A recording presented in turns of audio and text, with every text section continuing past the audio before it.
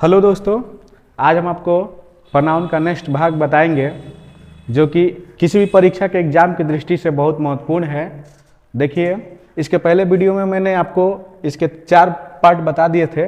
अब इसका अगला भाग है, देखा जाए इसको। इससे भी बहुत सारे प्रश्न आते हैं।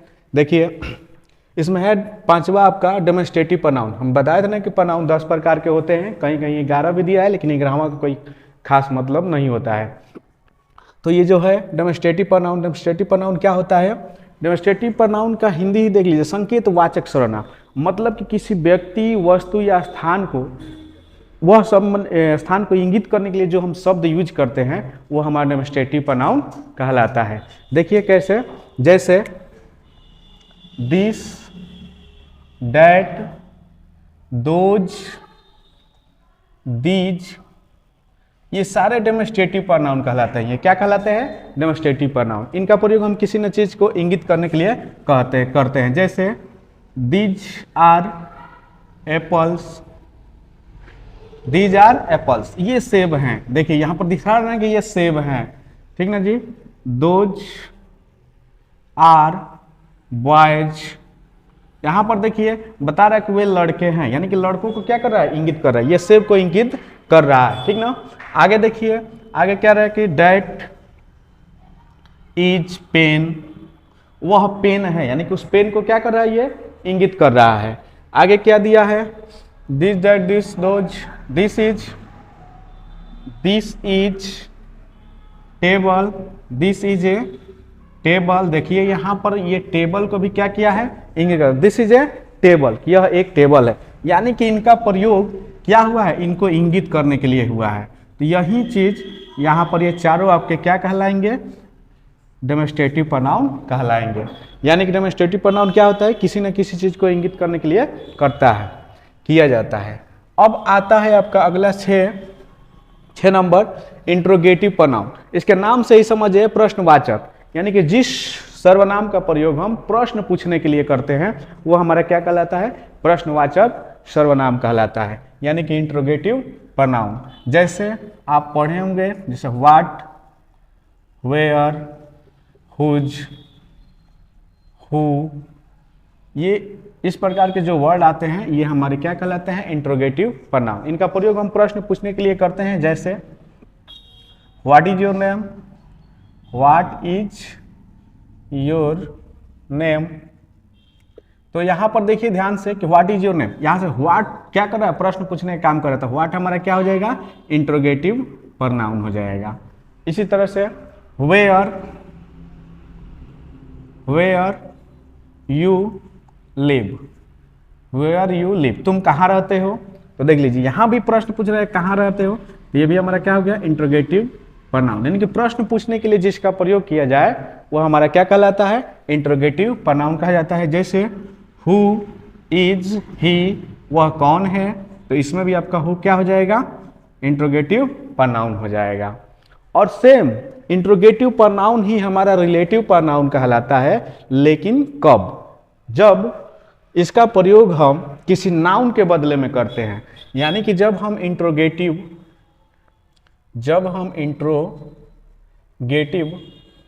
प्रोनाउन का प्रयोग किसी नाउन के स्थान पर करते हैं, किसी नाउन के स्थान पर करते हैं तथा ये दो वाक्यों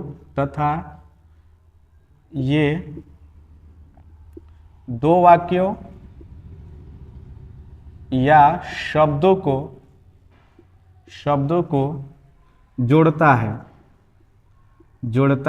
है। तो ध्यान से देखना है कि जो हमारा इंट्रोगेटिव प्रोनाउन है वही हमारा रिलेटिव प्रोनाउन भी कहलाता है। लेकिन कब? जब ये दो वाक्यों को, दो शब्दों को, और ये किसी नाउन के जगह पर प्रयोग होता है और दो वाक्यों और दो शब्दों को जोड़ने का काम करता है। जैसे देखिए, कहा जा सकता है कि दिस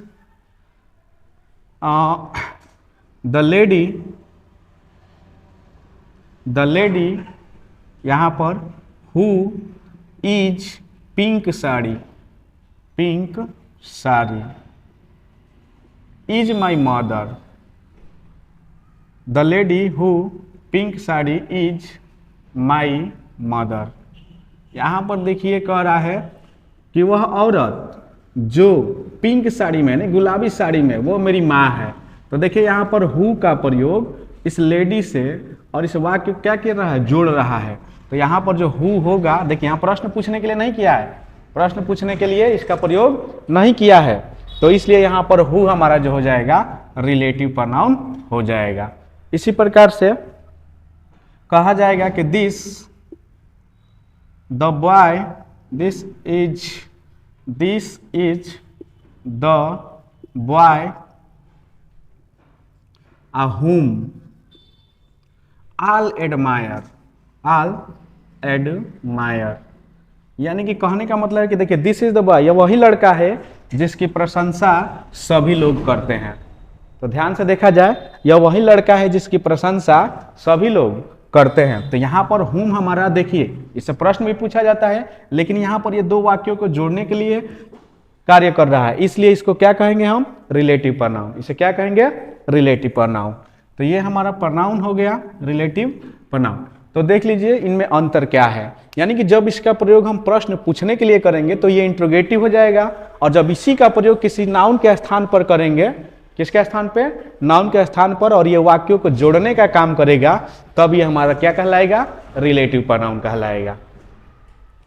अगर हमारा वीडियो आपको अच्छा लगता है, आपको हेल्पफुल लगता है, तो आप इसको शेयर कीजिए, सब्सक्राइब कीजिए, लाइक कीजिए। अब मैं आपको प्रोनाउन का अंतिम चरण बताने जा रहा हूँ कि एक वीडियो में ये बहुत लेंदी हो जाता है, इसलिए छोटा छोटा करके मैं पार्ट बनाया हूँ। तो ध्यान से देखते हैं अगला प्रोनाउन का 8वां भाग क्या होता है। तो देखिए ये होता है इंडेफिनिट प्रोनाउन। इंडेफिनिट प्रोनाउन का मतलब अनिश्चय वाचक सर्वनाम। इसका मतलब ये हुआ कि जिस प्रोनाउन से हम किसी निश्चित व्यक्ति वस्तु का बोध नहीं होता है, यानी कि जिस प्रोनाउन से किसी निश्चित व्यक्ति वस्तु का बोध न हो, उसे हम इंडेफिनिट प्रोनाउन कहते हैं। जैसे ये भी कह सकते हैं वन, सम,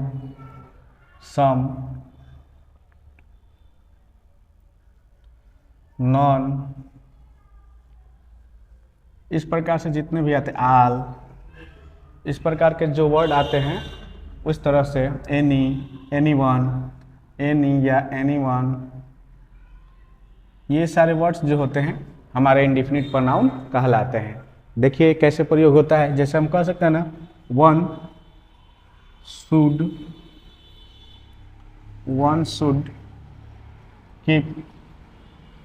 कीप्स हिज प्रोमाइज यानी कि कोई भी व्यक्ति अपना वादा निभा सकता है, यानी कर सकता है, कोई भी व्यक्ति वादा कर सकता है। तो यहाँ पर देखिए वन मतलब कि ये निश्चित नहीं है कि फलाना ही, यहाँ पर कोई भी कर सकता है। ऐसे सम आर जेंटल, यानी कि कुछ लोग सज्जन हैं। तो यहाँ पर देखिए सम से यानी कि किसी निश्चित व्यक्ति का नहीं बता रहे, वहाँ पर उसमें से जो भी व्यक्ति होंगे उसमें से कुछ जेंटल होंगे। ऐसे भी देख लीजिएगा, anybody, anyone can do this, यानी कि कोई भी व्यक्ति इसे कर सकता है, यानी कि निश्चित नहीं है कि फलाना ही करेंगे, राम ही करेगा, मोहन ही करेगा, इसको कोई भी कर सकता है। तो ऐसे प्रोनाउन जिससे किसी निश्चित व्यक्ति वस्तु स्थान का बोध ना हो, ये हमारा क्या कहलाता है, इंडेफिनिट प्रोनाउन कहलाता है। अब देखिए इसका अगला भाग क्या होता है, डिस्ट्रीब्यूटिव प्रोनाउन। जैसे कि व्यष्टिवाचक, डिस्ट्रीब्यूटिव यानी कि इसके पढ़ने से समझिए डिस्ट्रीब्यूट करता है, यानी कि इसका प्रयोग दो या दो में से एक को अलग करने के लिए होता है, एक को अलग करने के लिए होता है, एक को अलग करने के लिए होता है। यानी कि इसमें कौन कौन से शब्द आते हैं, यानी कि जो हमारा डिस्ट्रीब्यूटिव प्रोनाउन है इसमें का प्रयोग क्या होता है, दो या दो में से एक को अलग, यानी कि दो भी हो सकते हैं, दो से अधिक भी हो सकते हैं। जैसे इसमें आता है ईच, आइदर, आर, नाइदर।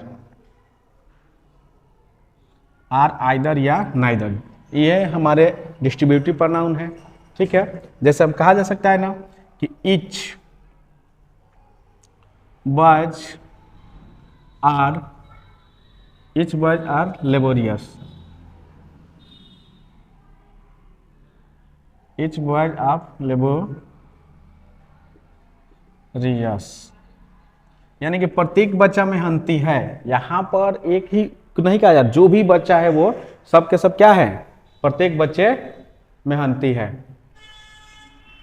अगला देख लीजिएगा, आइदर इस प्रकार से जैसे आ जाएगा कि आप देख लीजिएगा, यू डू, यू, यहाँ पर देख लीजिए ईच बॉयज आर लेबोरियस, यानी कि प्रत्येक बच्चा क्या है हमारा, ईमानदार मेहनती है। इसी प्रकार से हो गया आइदर या नाइदर, इसमें भी दो का यूज होता है कि दो लोग से अलग करना, या तो यानी कि तुम के पेन ले लो या तो कलम लो। कहा जाएगा ना कि you take a pen either a copy, यानी कि आप या तो एक पेन ले लो या तो एक कॉपी ले लो। इसी प्रकार से होता है। देखिए रेसिप्रोकल प्रोनाउन, रेसिप्रोकल प्रोनाउन यानी कि परस्परिकता वाचक, ये सर्वनाम में दो ही वर्ड ही होता है, एक होता है ईच अदर और एक होता है one another, one another, one another. अब ध्यान से देखते हैं ईच अदर का प्रयोग और इसका प्रयोग कैसे करते हैं। ठीक है, तो ईच अदर का प्रयोग हम दो लोगों के लिए करते हैं, दो लोगों के लिए करते हैं, यानी ईच अदर का प्रयोग हम दो लोगों के लिए करते हैं। लेकिन वन एन अदर का प्रयोग दो से अधिक लोगों के लिए करते हैं, दो से अधिक लोगों के लिए करते हैं, लोगों के लिए करते हैं। जैसे देखिए कहा जाए Radha and Krishna love each other, each other. यहाँ पर देखिए राधा और कृष्णा है, बस दो लोग हैं, तो दो लोग को कंबाइन करने के लिए हम ईच अदर का क्या करेंगे, प्रयोग करेंगे कि राधा और कृष्णा एक दूसरे से क्या करते हैं, प्यार करते हैं। अगला देख लीजिएगा वन अदर का प्रयोग कैसे करेंगे, जैसे फोर ब्रदर